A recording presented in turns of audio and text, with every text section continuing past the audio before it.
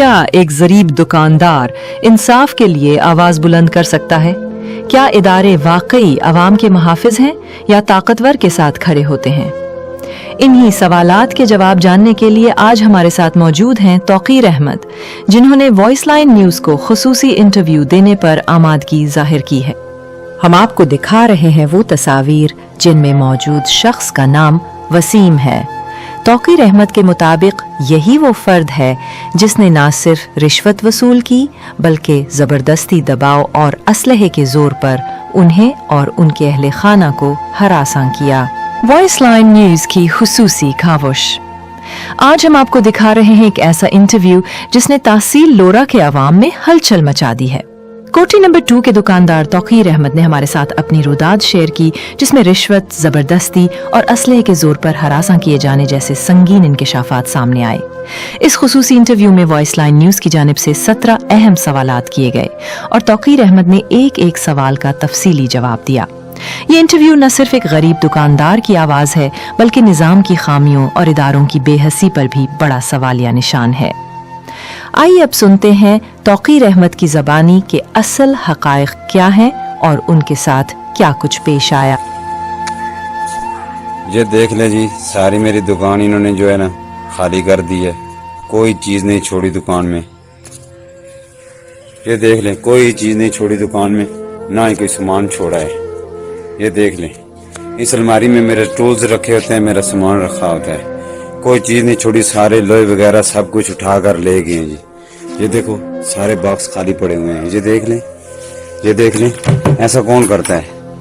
ऐसा कौन करता है इधर? ये देख लें, कोई चीज़ नहीं छोड़ी इन्होंने। ये देख लें, पूरी दुकान देख लें, खाली की खाली पड़ी हुई है। ये देखें, कोई चीज़ नहीं छोड़ी इन्होंने। ये देख लें, यहाँ पे भी सामान रखा हुआ था।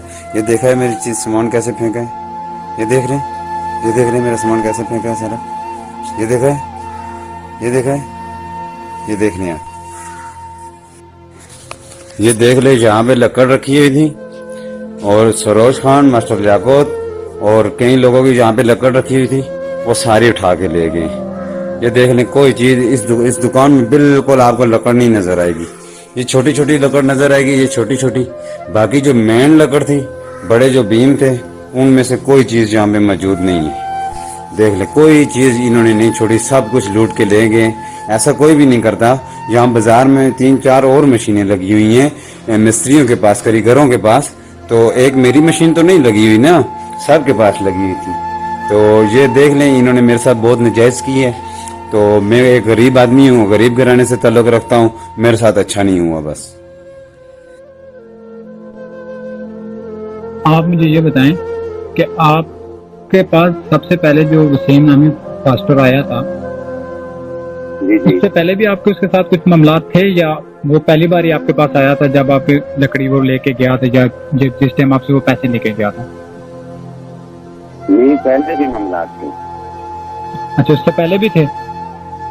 पहले भी मामलात थे। ये बहुत टाइम से मेरे साथ ये मामलात कर रहे हैं। अच्छा, उससे पहले के मामलात में ये थोड़ा सा गाइड कीजिएगा, क्या इशू थे? वो उससे पहले भी ये मामलात थे। जब ये पहले ड्यूटी पर आया था ना, तो ये उस टाइम गार्ड था। मतलब कि अभी ये फ्रेस्टर हो गया ना, वो पता नहीं फ्रेस्टर हुआ है कि नहीं, ये कंफर्म नहीं है। ठीक है। तो वो इन्होंने ऐसे किया कि ये कम अज कम 1 साल मुझसे पैसे लेता रहा। ठीक है। कि मैं तुम्हें लाइसेंस एक बनवा साल के आप दूंगा, कितने पैसे ये चार्ज करता रहा? ये 5,000 रुपया महीना चार्ज करता रहा। और ये गुज़श्ता 1 साल से आपसे चार्ज कर रहा है? ये अभी जो दोबारा इसकी ड्यूटी लगी है ना इधर, ठीक है, इसने मुझे कहा है कि अभी 10,000 रुपये महीना लूंगा। अच्छा, यानी कि पहले जब इसकी ड्यूटी थी तो ये आपसे 5,000 रुपये महीना चार्ज करता था, और उसके बाद जब दोबारा इसकी ड्यूटी लगी है तो इसने अभी आपको कहा है कि मैं 10,000 रुपये महीना चार्ज करूंगा, ऐसे? जी जी, ऐसा है। ठीक है। तो ये 5,000 रुपये महीना जब ये चार्ज कर रहा था आपसे, तो आप इसको 5,000 रुपये महीना क्यों देते थे? आप कोई लकड़ी इस्तेमाल करते थे ऐसी 2 नंबर या इस तरह की कोई लकड़ी, या इसके साथ कोई लेन देन था आपका? अगर नहीं था तो आप इसको पैसे क्यों देते थे? वो सर ऐसा है ना कि ये आ जाता था मेरी दुकान में, ये कभी क्या उठा लेता था, कभी क्या उठा के ले जाता था।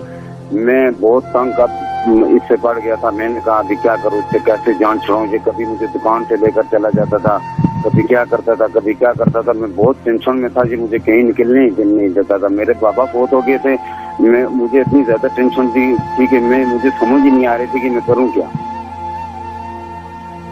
ठीक है। और बिलाल हमीद खान के हुजरे में जो आपका जरगा मुनक्कद हुआ था उसमें कौन कौन से लोग थे? आपके जो 3 भाई थे, आप तीनों भाइयों के अलावा और कौन कौन लोग थे? वो एक यही था ना, तो एक बिलाल हमीद खान था और एक उसका भाई था दूसरा। जब ये वसीम नामी जो बंदा था इसने असला निकाला तो इनको बाकी लोगों ने माना वगैरह नहीं किया कि आप ऐसे ना करें यहाँ पे? नहीं, वो मुझे साइड पे जब लेकर गया तो उस टाइम निकाला ना। अच्छा, ये वाकया जो ये बिलाल हमीद खान के सामने नहीं हुआ? नहीं हुआ। आपने जब 1 पे कॉल की तो जो पुलिस एहलकार आपके पास आया था, गफूर नामी बंदा, उसने आपको क्या कहा था आके?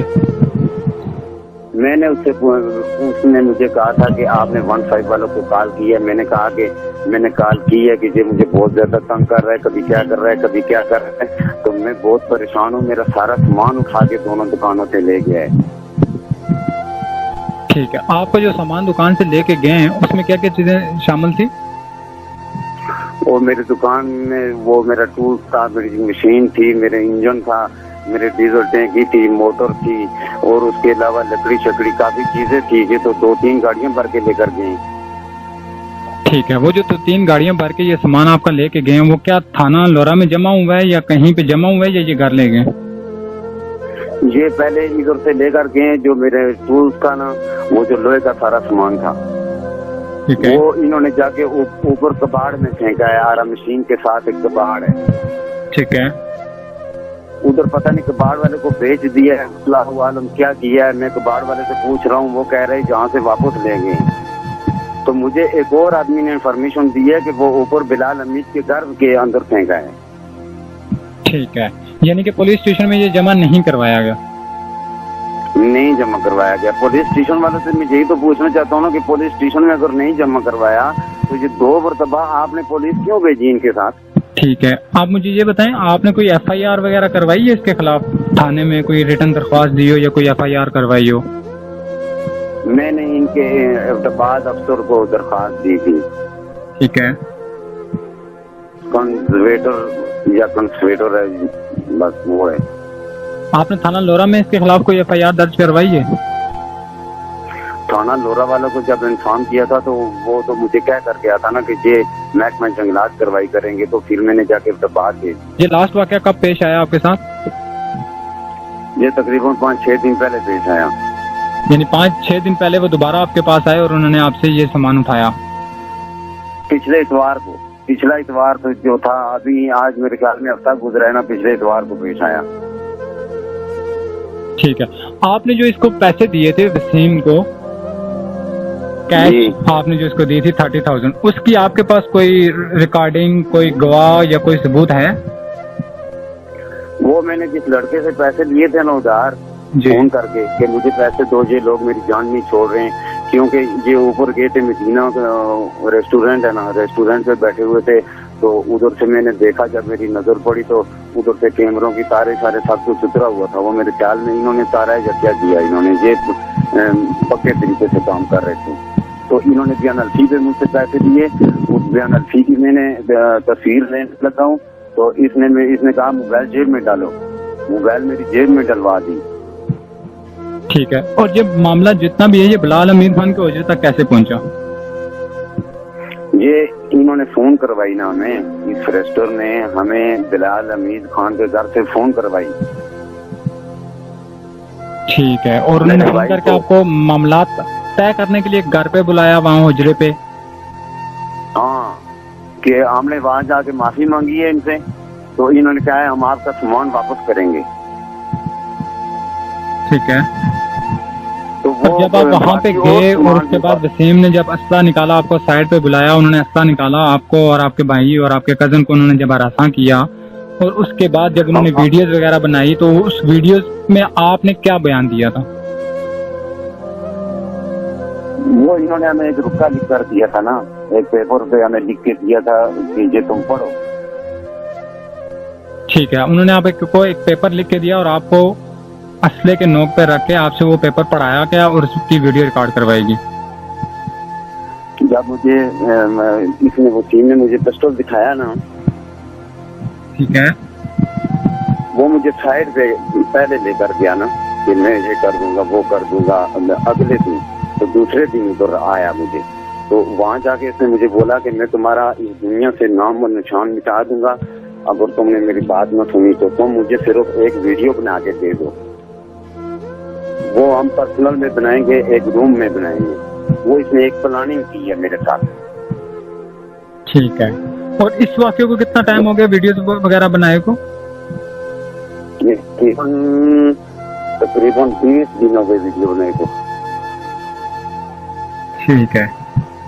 तो आपके जब वालिद साहब का इंतकाल हुआ तो उसके बाद जब आपने दुकान संभाली तो वो आपके मामला जितने भी थे दुकान के, उससे पहले के जितने कोई मामला वसीम के साथ थे या नहीं थे? वो कोई भी नहीं थे। पहले जो आता था बाबा के पास बैठता था, हमारे पास ये सब लोग बैठते थे। कुछ भी ऐसा चक्कर नहीं था, ना ही हम किसी चीज में, ना ही हम गलत कोई काम करते हैं, ना ही अपने कीमती साथे कोई दरख्त काट के लाते, ना कुछ करते हैं। हमें जो लोग अपनी लकड़ी काट कर लेकर आते हैं वो देते हैं, हम उससे काम करके देते हैं। जब वसीम नामी फॉरेस्टर ने आपके ऊपर दबाव डाला कि वो आपकी जो उसके कजिन की आरा मशीन है उस पर काम करे, तो उस पर आपने उसको क्या जवाब दिया था? वो ऐसा था ना, वो ये मसला ऐसा नहीं था। वो ये मसला ऐसा था कि इन्होंने एक भाई से मुझे ये बात कही कि वो जो मशीन है वो तुम संभाल लो। मैंने कहा कि मेरे पास जो अपनी छोटी सी बाबा की दुकान रह गई है वो भी नहीं संभालनी होती, फिर मैं वो मशीन कैसे संभालूंगा? ठीक है। तो जब ये वाकया आपके पास पेश आया, पहले दिन जब आपने इसको 30,000 रुपये कैश दिया और बाकी का आपने टाइम किया, या उससे पहले आप जो इसको 5,000 रुपये महीना दे रहे थे, तो क्या आपने इसकी कोई ऐसी दरख्वास्त कोई आला अफसर, DFO या डिप्टी कमिश्नर वगैरह को तहरीरी दरख्वास्त दी हुई है पहले कभी? इससे पहले इसके ऊपर कोई नहीं दी दरख्वास्त। आपने अभी उससे बात दी है आपने कोई दरख्वास्त रिटर्न? कौन सी दरख्वास्त? यानी कि जब वसीम नामी फॉरेस्टर जो था उसने आपसे जब 30,000 कैश लिया, बाकी का उसने आपसे क्रेडिट किया, कुछ टाइम लिया है, 5,000 रुपये महीना वो आपसे वसूल करता रहा और आपको प्रेशराइज किया है, तो आपने कोई आला अफसर, DFO या डिप्टी कमिश्नर वगैरह को कोई तहरीरी दरख्वास्त दी है आपने? यही दरख्वास्त दी है ना जो मैंने एक सोशल मीडिया पे लगाई थी, वही दरख्वास्त। ये आपने दरख्वास्त DFO या डिप्टी कमिश्नर किसी को दी है? डिप्टी कमिश्नर को नहीं दी है, ये दरखास्त मैंने कंजर्वेटर को दी है जो अहतबाद में बैठते हैं, इनके सबसे बड़े अफसर हैं। ठीक है।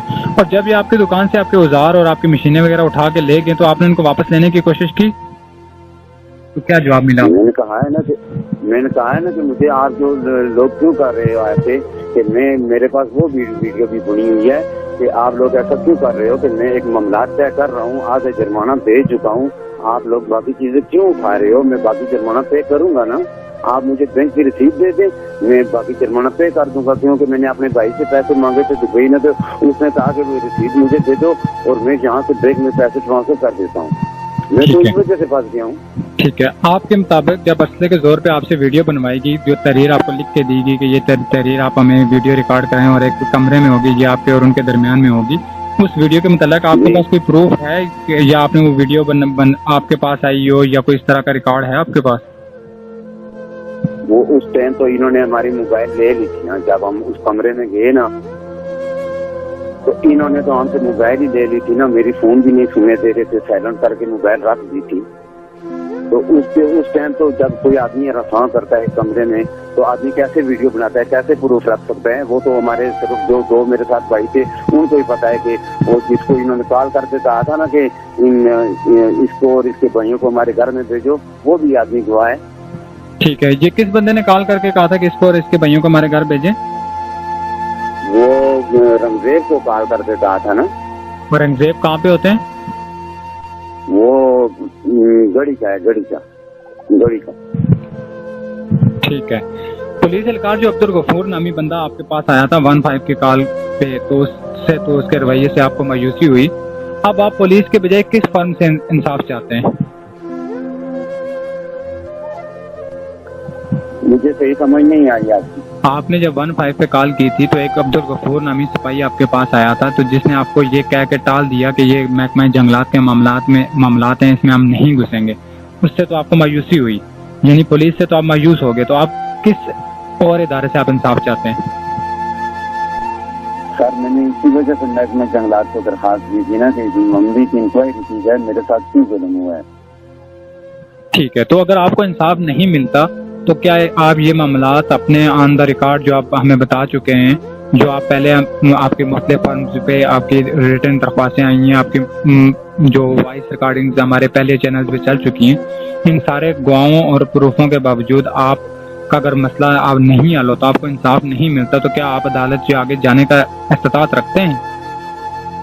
जी वो तो मैं अगर 2-3 दिनों में अगर मेरा काम नहीं हुआ ना तो फिर मैं ऐसे करूंगा कि मैं तो बात जाऊंगा ना अदालत में, मेरे साथ ये हुआ है, जुल्म हो रहा है, क्यों हो रहा है। नाजरीन, ये थे तहसील लोरा के दुकानदार तोकीर अहमद, जिन्होंने वॉइस लाइन न्यूज़ को खुसूसी इंटरव्यू देते हुए 17 सवालात के जवाबात में अपनी पूरी कहानी सुनाई। रिश्वत, जबरदस्ती और असलहे के जोर पर दी गई धमकियां, ये सब इंकशाफात न सिर्फ एक गरीब दुकानदार की पुकार हैं, बल्कि हमारे निज़ाम के लिए एक बड़ा सवालिया निशान भी हैं।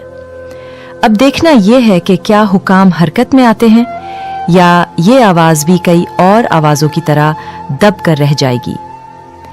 फिलहाल हमें इजाज़त दीजिए, मज़ीद अपडेट्स के साथ दोबारा हाजिर होंगे। तब तक के लिए अल्लाह निगहबान।